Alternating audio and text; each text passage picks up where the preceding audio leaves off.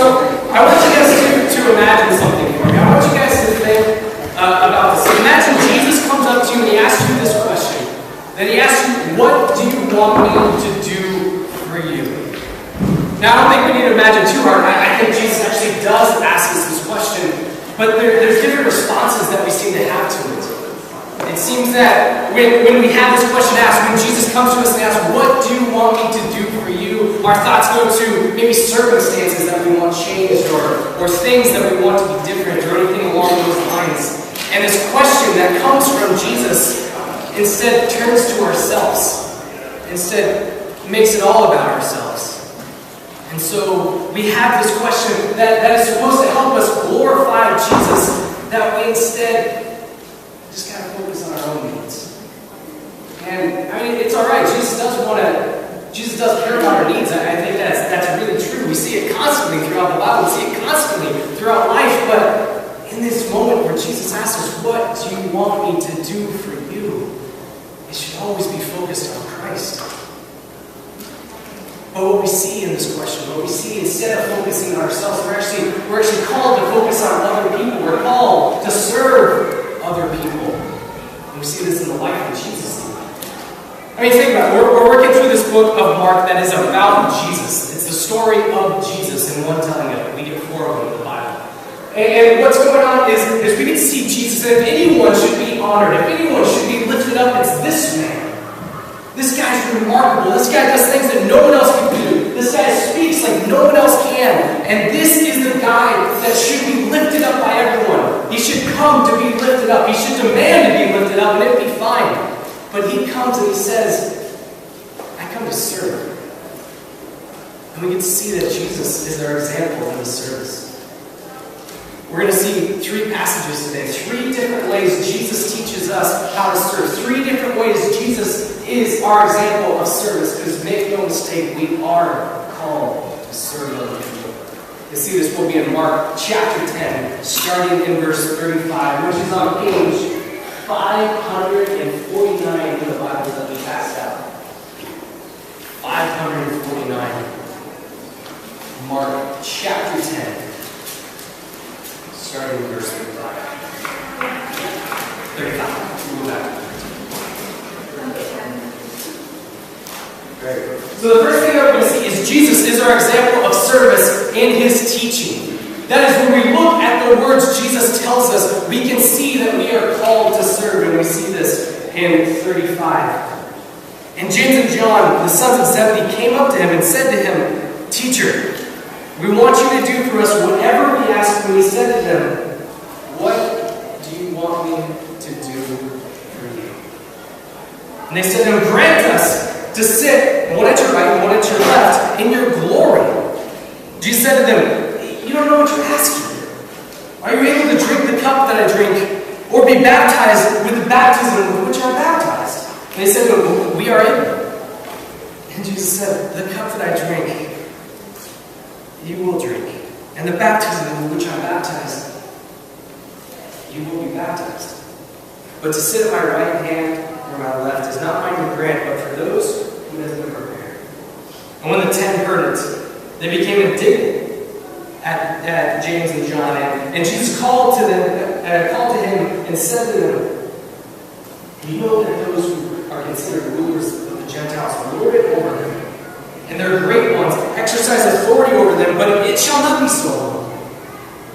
For whoever wants to be great amongst you must become your servant. And whoever would be first among you must be slave of all. For even the Son of Man did not come to be served, but to serve, and be a ransom for many.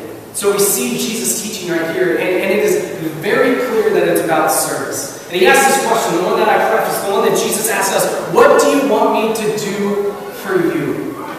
He says this to his disciples, specifically James and John. And James and John come up to him, and they're on their way to Jerusalem. They're on their way to this important city, Jerusalem, and they know that Jesus is the Christ. They've called him that, and they know that Jerusalem is an important city. And so they're on their way, and they think that the kingdom of God is here. They think they're going to Jerusalem and Jesus is going to kick out the Romans and set up the kingdom of God. And so they know that it's imminent. And like anyone who knows the rules of shotgun, like when you're calling for the passenger side seat, The actual rules are you can only call it when you see the car. Everyone cheats at it. You can only call shotgun when you see the car. In the same way, they see that the kingdom of God is imminent, and so they're calling shotgun on the right and left side of Jesus. They think it's right around the corner, and they want to be in these positions. These are important positions to be sitting in. When someone is in authority, you want to sit on their right or their left because that means you get authority just being next to them. And they're saying, lift us up, give us this honorable position. And they totally miss it.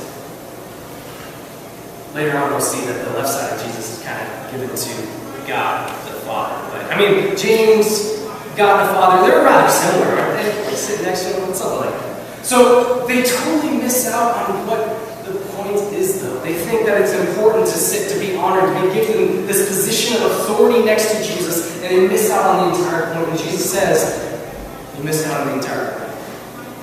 He uses this language. Can you drink the cup that I drink? Can you be baptized with the baptism that I'm baptized? And this is language of God's wrath. This is Old Testament, God's wrath towards sin, the sin that we do, the failure that we have in our lives. That's going to be poured onto Jesus on the cross. And Jesus says, can you drink this cup? Can you acquire this wrath from God? Take it upon yourself for the world? And really it's not, because part of that wrath is for them. And Jesus says, you can't do this, but they think they can. And Jesus says, yeah, you're going to face hardship. You're going to face persecution. You're going to face affliction, but it's not going to be the same as mine. Because I've come to serve the entire world. It says that the 10 other disciples were indignant. I don't think it's Peter pulling them aside saying, you guys are giving us a bad name. Based off the rest of it, I think that they're upset because, no, I wanted that spot. That's why they're upset. This is rampant throughout the disciples, them wanting to be in this position of authority because they know Jesus. And Jesus says, that's not it at all. You guys are acting like Gentile rulers. And if there's anyone Jewish people hate at this time, it's Gentile rulers. So imagine how that must have felt. Lift us in this honorable position, and now you're insulting us in the worst possible way. That's cool. But what he's doing is he's talking about this desire to be lifted up, this desire to be put in a position of authority, this desire to be above everyone else is wrong. Because in that desire, you want to look down on other people and laugh at them like Nelson from The Simpsons. And that's not the way we're to live. Because what he's saying instead of us trying to pursue these positions of authority to look down on other people, we should lower ourselves and lift other people up as if they were in a position of authority.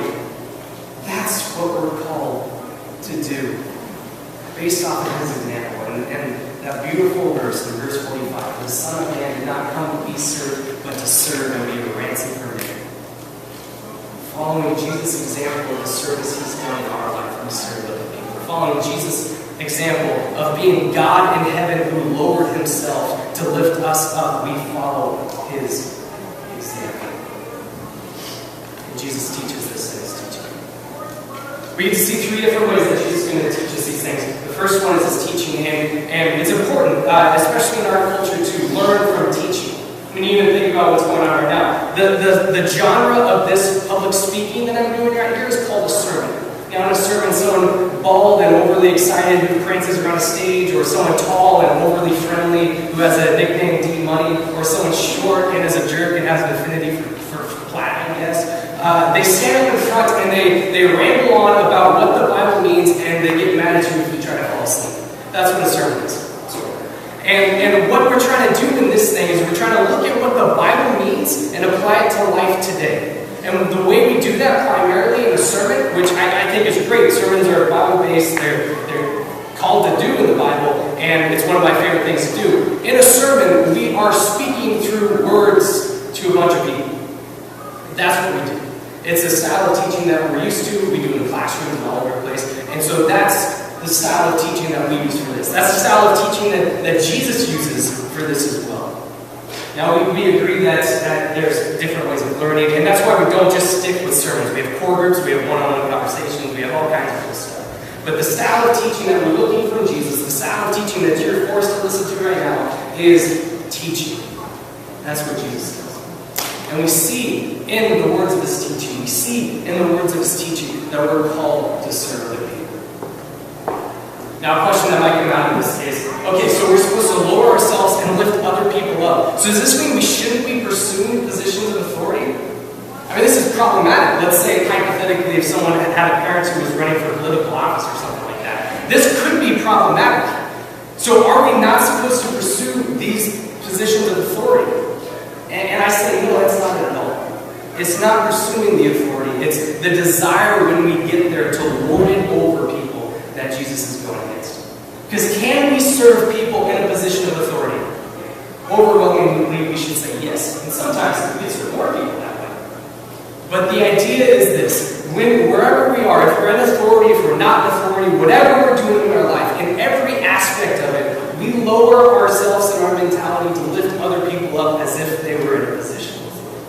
So in school, I don't care if you're the ASB president and you have some sort of power, I don't know what they do, but you're the ASB president, you lower yourself and your mentality to lift other people up. If you're an athlete, you lower yourself and your mentality to lift other people up. And this just isn't people on your team, this is everyone.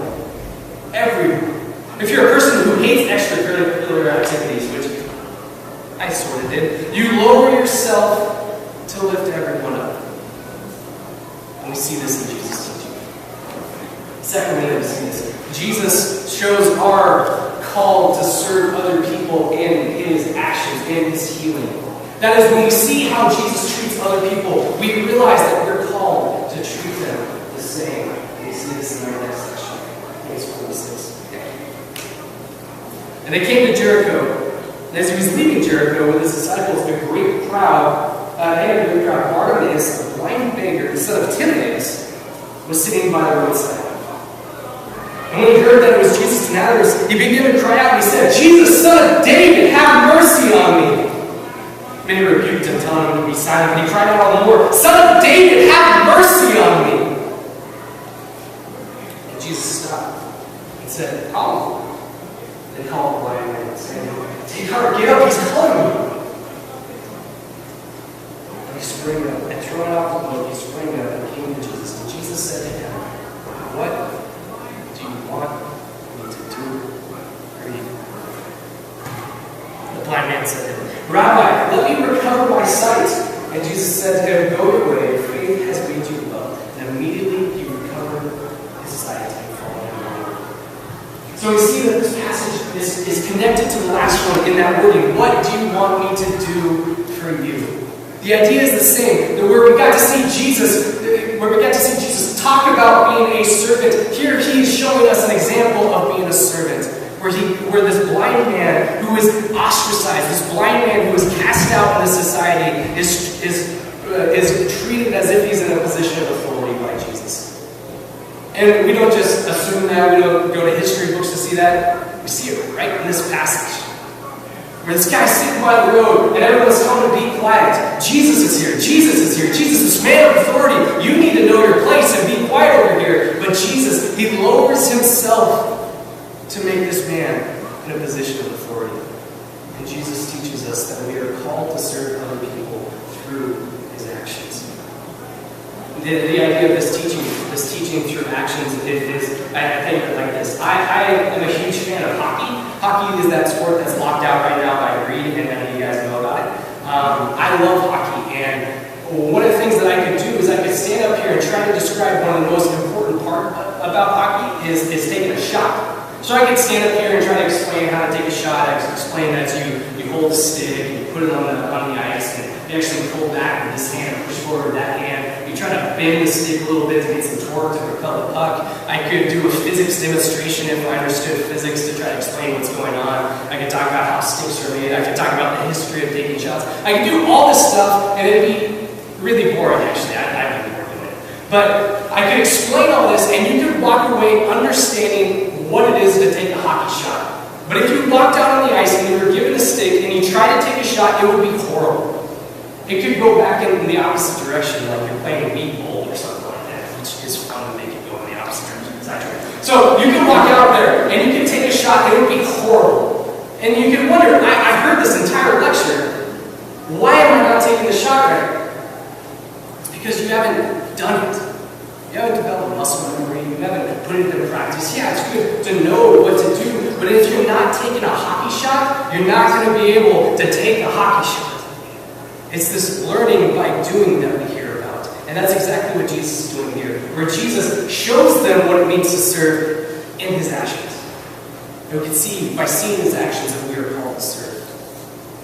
Now, a question that could come out of this, where we talked about how it's not all about fixing circumstances or wondering how can we fix circumstances. Jesus could heal this blind man. How could we do something like that if we're called to serve people? And I think there's three main ways that we could serve other people. With our time, with our money, and with our talents. I'll go to money first just because it'll be brief. I don't have any, so that's not going to be the way that I serve people. And so, that once I do, maybe that will be a way to serve people. But that is one way. Another one is time, and this is a big one. I know people who would be willing to trade everything that they had for more time. Time is one of the most important things to people. But when we invest in people, when we spend time with people, we can actually lower ourselves in our mentality and lift them up. I think about the service project that we have a week from yesterday. So this upcoming Saturday, I suppose that's the less kind of way to say it. So a week, this Saturday we have a service project where we're going out to Huntington Beach, and we're not asking you to spend any money at all on Operation Christmas Child. That's not what we're doing. Instead, we're investing our time to serve. That's the entire premise of that project. It's one way that we can lower ourselves to lift other people up, and the last way is in our talents. Whatever you've been gifted to do, whether it's playing music, whether it's building stuff. We have a fantastic construction and facilities team here, and they serve through building stuff, and it's awesome. Whether it's, I don't know what else you can do. You're gifted in kickflips. You can do whatever it is to serve other people by lowering yourselves and lifting other people up. And we see that in Jesus' actions, in Jesus' healing, we realize that we're called to serve. The last thing that we see. And this is the most emotional one. This is the greatest example that we have. And it's listed first, but I put it at the end because it's the most important. We can see that we are called to serve because of Jesus' death. He is our example in service in his death. We'll see this in 32. And they were on the road going to Jerusalem, and Jesus was walking ahead of them. And they were amazed, and those who followed were afraid. And taking the 12 again, he began to tell them what was to happen to him, saying, "See, we're going up to Jerusalem. And the Son of Man will be delivered over to the chief priests and the scribes. They will condemn him to death, deliver him over to the Gentiles. They will mock him, and spit on him, and flog him, and kill him. After 3 days he will rise." The ESV calls this the third time that Jesus predicts his death. It's actually the fourth, but we'll let him slide. This is the greatest example of service that we have. Where we look at Jesus' death, where we see what it's done for us, and we realize that service is just the natural response. This is the passage. This is 10:45. For the Son of Man did not come to be served, but to serve and be a ransom for many. And he does this in his death. This is the epitome of lowering oneself to lift another one up. Because you look at it, this is the most detailed prophecy of his death. And it's also the most embarrassing. It says he's going to be delivered over. That means someone is going to betray him. This is the Christ. This is the guy we said should be lifted up more than anyone else, and he's going to be betrayed. That is embarrassing. Not just that, he's going to be handed over to the Gentiles. We talked about how Jews don't really like to be around Gentiles. This is embarrassing. It says he's going to be flogged, mocked, spit on. Those aren't fun, to say the least. It is embarrassing. And finally, he's going to be killed. This is the epitome of lowering oneself to lift others up. This is Jesus lowering himself to lift us up. And we see that we are called to serve his example of his death. Now, this is the final way of teaching that Jesus does it, and I think about it in these terms. I could read about something, and God forbid this happen, I don't want this to happen. I could read about something where like an Amtrak train or something like that crashes and 90 people die. Now, I feel that a little bit because these are people. Whenever people die, it's emotional, and they're made in the image of God. God loves them, God cares for them, and it hurts when people die at all. But it'll be hard to be emotionally invested in that when compared to something like my grandma, who, when I was 6 years old, I still remember every detail of her hospital room when she was connected to machines and all this stuff as she was dying of lung cancer. I was 6, just developing memories, but I still have every detail ingrained in my head because I was emotionally connected to that event. Where now I could read about 90 people and I could forget about stuff, and I could forget every part of it, but I will never forget this woman that I love dying. It's because there's emotion there. And this is what we see in this example. Where Jesus, the man these disciples loved, where Jesus, the man that we love, dies. We will not soon forget that. And it's our example of service there. The question that comes out of it is, so is the extent of our service to other people, is the extent of us lowering ourselves to lift others up, our death? And I say, yeah, maybe. I don't know. Can't say one way or the other, but I know this. Whether we live or we die, we are lowering ourselves to lift others up because it's not about us. We see this in Jesus. We see this in our lives. Jesus is our example of serving in his death. This is counterintuitive. This completely goes against everything that's natural in us. The fact that we are to lower ourselves. Because it's so much more natural to try to raise ourselves. Right? But when Jesus comes into the world and we see what he's done for us, we have no other response than to serve other people in turn.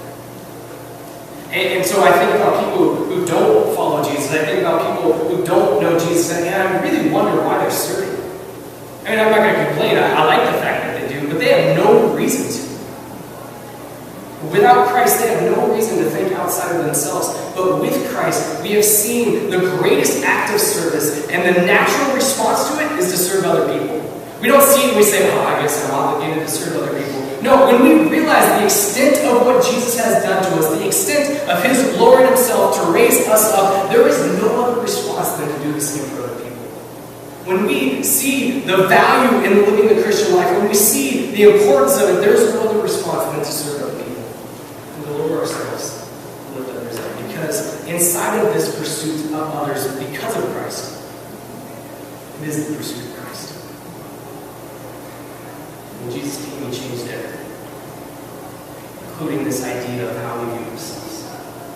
We are servants of all because the greatest servant of all came to serve us. And so our question as we go out into the world, our question as we see other people in every avenue of life, in everything that we do, is to ask the same question that Jesus asked us, that Jesus asked James and John, that Jesus asked the blind man Bartimaeus. What do you want me to do for you? And God, thank you so much for this time of getting to walk through this text, to see the greatest example of service we have ever been given, and that is we have no life, no hope, no anything apart from the cross that you died upon. And God, we are changed because of it. Help us to go out, not because we feel forced to or we feel that we have to serve other people, but because it's the natural response to seeing what you've done. Help us in our attempts to lower ourselves, to lift others up. Oh, God, we praise you. Let us do so this song.